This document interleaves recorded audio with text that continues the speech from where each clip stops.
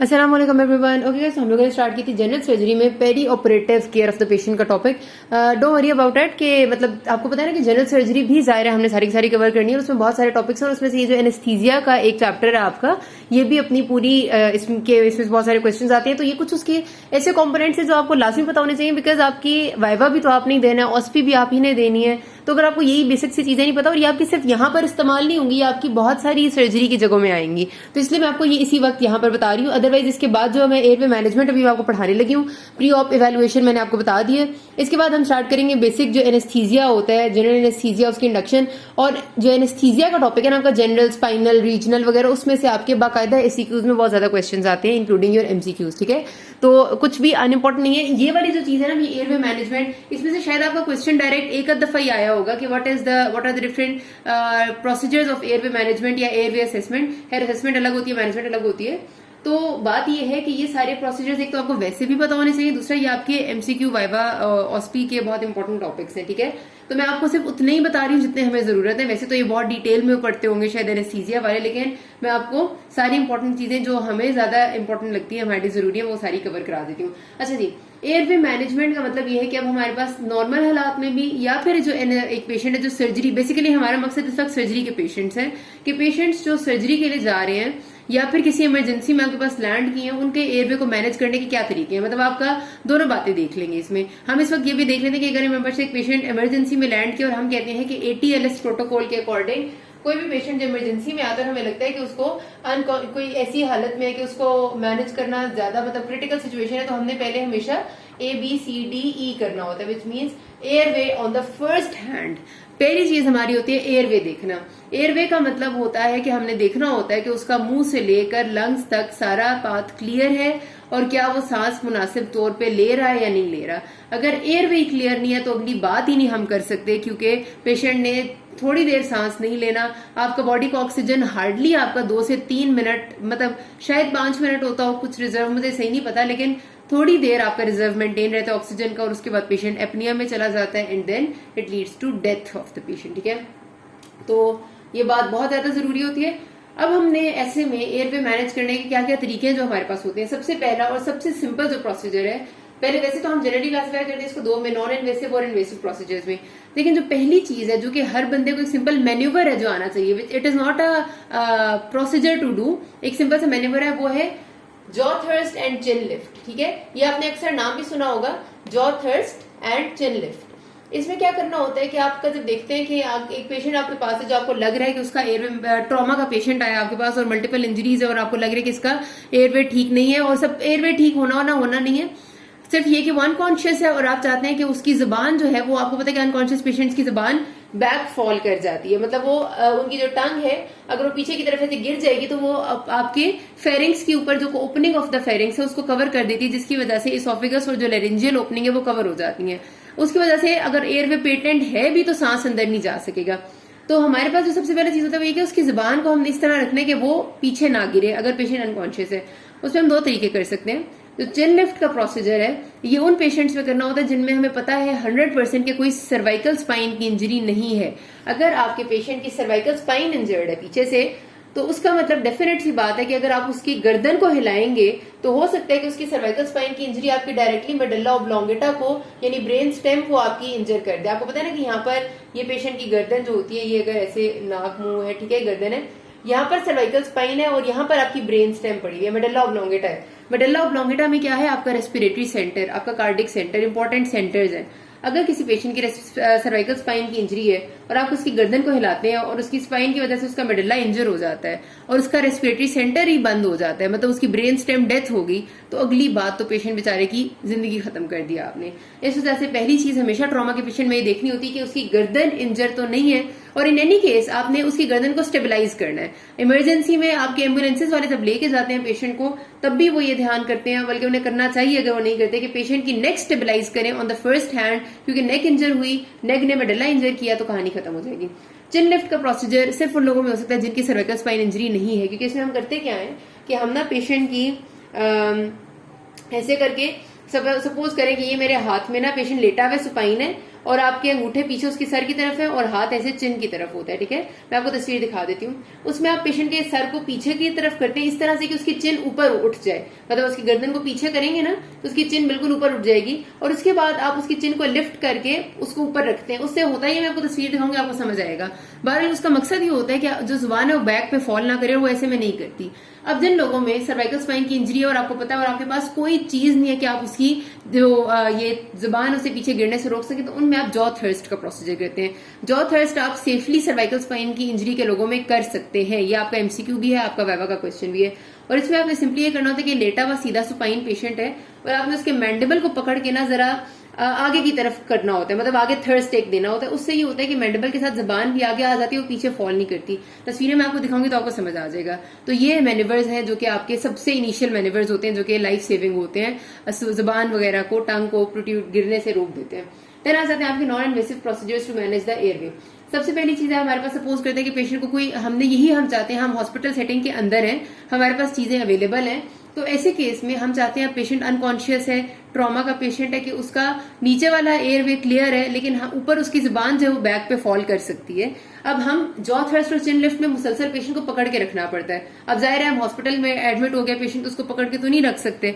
उसमें हम ये करते हैं कि हम ना पेशेंट को ओरोफेरेंजियल एयरवे डाल देते हैं। ये बहुत सिंपल है, हर बंदे को आना चाहिए, पीजीज, नर्सेज, इवन ले मैन को भी पता होगा तो वो डाल लेगा, क्योंकि सिंपल सी एक ट्यूब होती है, इसकी भी आपको तस्वीर दिखाती हूँ, ऐसे करके यूं करके ऐसे बनी होती है। उसकी लेंथ हमने पहले मेजर करनी होती है। एक तरफ रखते हैं हम ट्यूब की angle of the mandible of patient पे, दूसरी रखते हैं हम उसके इंसाइजर्स पे। जितना डिस्टेंस इन दोनों का होगा उतनी लेंथ की ट्यूब हमने लेनी है। और हम क्या करते हैं, सिंपली इस ट्यूब को पेशेंट के मुंह के अंदर इस तरह डालते हैं कि ये वाली ट्यूब आपके ना फेरिंक्स के एरिया तक आ जाती है और ये वाली आपके बाहर, मुंह के बाहर रहती है। उससे पेशेंट का जो टंग है वो पीछे गिरती नहीं है और ये सारा एयरवे मेंटेन रहता है। तो इसको हम कहते हैं ओरोफेरेंजियल एयरवे। बाहर से फिर हम उसको ऑक्सीजन लगाएं, बाहर से हम कुछ और लगाएं, इट्स फाइन, उसकी टंग कोई मसला नहीं करेगी। अनकॉन्शियस पेशेंट्स में ये बहुत अच्छे तरीके से मैनेज हो जाता है। फिर दूसरी चीज होती है वो उसके ऑपोजिट है, वो नेसोफेरेंजियल एयरवे है। अगर आपकी कोई ऐसी कॉन्ट्राइंडिकेशन है कि आप ओरल फेरिंक्स से नहीं डाल सकते ट्यूब, कोई मसला है, कोई मतलब कोई भी इंजरी ऐसी हुई हुई है, तो आप नोज से ट्यूब डालते हैं और वो आपके फेरिंग्स तक जाती है। वो भी यही करती है कि जो फेरिंग्स तक होती है ना, वो तो टंग को होल्ड करके रखती है और टंग को गिरने नहीं देती। तो इस तरह भी आपकी वेंटिलेशन मेंटेन हो जाती है। इसकी भी लेंस होती है, जाहिर सी बात है, उसको मेजर करके रखना होता है। मैं आपको पिक्चर्स दिखा दूंगी। फिर आपकी फेस मास्क वेंटिलेशन है। फेस मास्क वेंटिलेशन आप उन लोगों में करते हैं जिनमें आपको पता है कि वो कॉन्शियस पेशेंट्स हैं, वो अपनी टंग को, अपने एयरवे को, बाकी सब कुछ उनका ठीक है, सिर्फ ये कि उनके अंदर ऑक्सीजन की कमी है, उनको हाइपोक्सिया है, उनको किसी भी वजह से अंदर कोई लंग का मसला है, मतलब कोई उनको नमूनिया है, कोई उनको आजकल कोविड हुआ हुआ ऐसी कंडीशन है, कोई भी ऐसी कंडीशन जिसमें वो आपका अंदर एयरवे ठीक है, मतलब उसका रास्ता सारा साफ है लेकिन लंग से ही प्रॉपर वेंटिलेट नहीं करे, उसमें हमने फेस मास्क उनके ऊपर लगा देना होता है। और फेस मास्क की भी डिफरेंट टाइप्स होती है। एक सिंपल मास्क होता है, एक मास्क विद बैग होता है जो आपको ज्यादा ऑक्सीजन इनहेल करवाता है। तो आपने depending on the patient need, आप उसे मास्क से क्या करते हैं कि ऑक्सीजन अटैच की भी होती है और आप ऑक्सीजन देते हैं पेशेंट को। तो ये फेस मास्क तो आपने अक्सर लगा हुआ लोगों को देखा हुआ होगा, पेशेंट्स को, ये वो होता है। फिर हमारे पास इसके बाद जो चीज आती है ना वो है supraglottic airway devices. Supraglottic airway devices are like, इनको थोड़ा सा इंसर्ट करने के लिए स्किल चाहिए होता है, लेकिन अगर आप सीखना चाहें तो आप आराम से सीख सकते हैं। मतलब बीइंग अ मेडिकल स्टूडेंट भी आपको सीख लेना चाहिए कि कैसे इंसर्ट करते हैं। इनका अब क्या फायदा होता है कि ये डायरेक्ट कर ना ऐसे करके एक छोटी सी बनी होती है, आगे से इसके इंसर्शन वाला एरिया और पीछे लंबी सी ट्यूब होती है। डायरेक्टली ये आपके सुप्राग्लॉटिक एरिया यानी वोकल कॉर्ड्स के ऊपर जाके इस इंसर्शन होती है इसकी, मतलब पीछे से ट्यूब होगी और आगे जो छोटा बना हुआ होगा ना ऐसे करके पैड सा, ये सीधा आपका सुप्राग्लॉटिक एरिया में लैरिंग्स के ऊपर जाके लगेगा।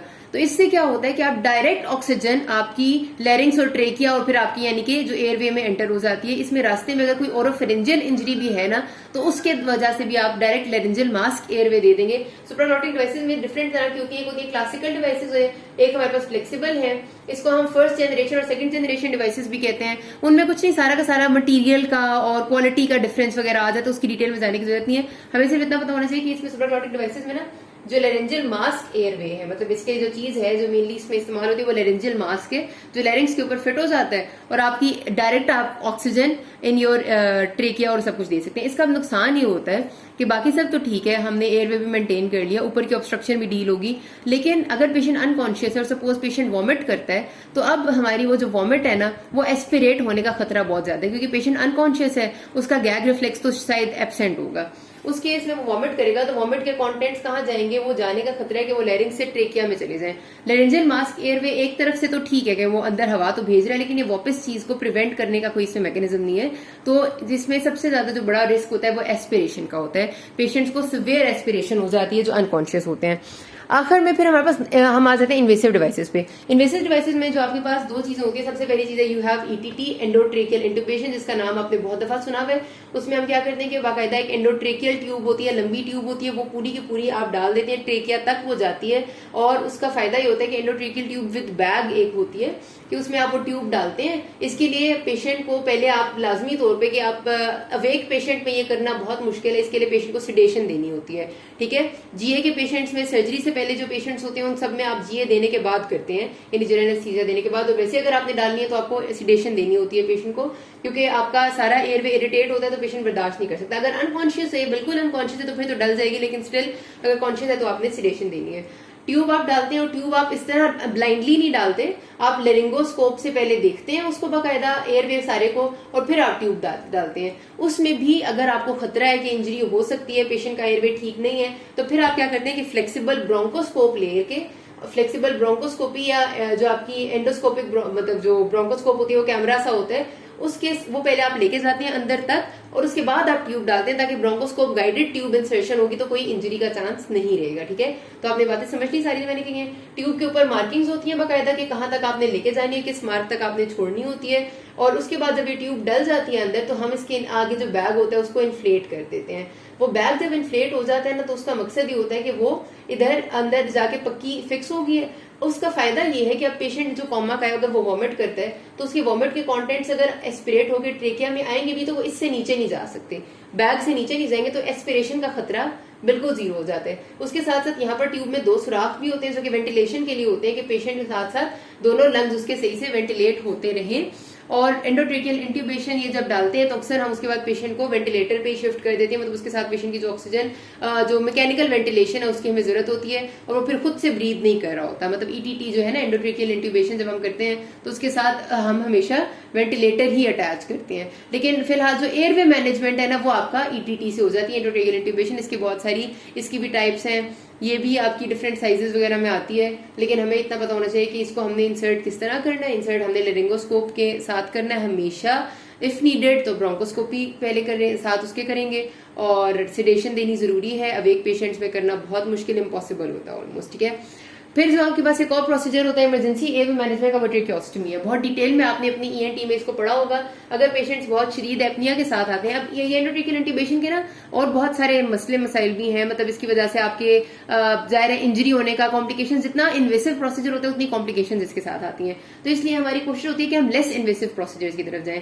अब ट्रेकियोस्टमी का तब हम प्रोसीजर करते हैं जब हमें पता होता है कंफर्म के अपर एयरवे में ऑब्स्ट्रक्शन है। पेशेंट अक्सर बच्चे जो किसी चीज फॉरेन बॉडी के इनहेल कर लेते हैं और उनकी फॉरेन बॉडी फंस जाती है और निकल नहीं सकती, या कोई भी ऐसी ऑब्स्ट्रक्शन आ गई जो अपर एयरवे यानी सुप्राग्लोटिक ग्लोटिस या फिर इस एरिया में ऑब्स्ट्रक्ट करती है, तो हम उसको नीचे ट्रेकिया में ट्रेकियोस्टमी करते हैं। बाहर से हम डायरेक्ट ट्रेकिया में इंसिजन देके इंसर्ट हो जाते हैं और ट्यूब अटैच कर देते हैं, ताकि पेशेंट की वेंटिलेशन मेंटेन हो जाए।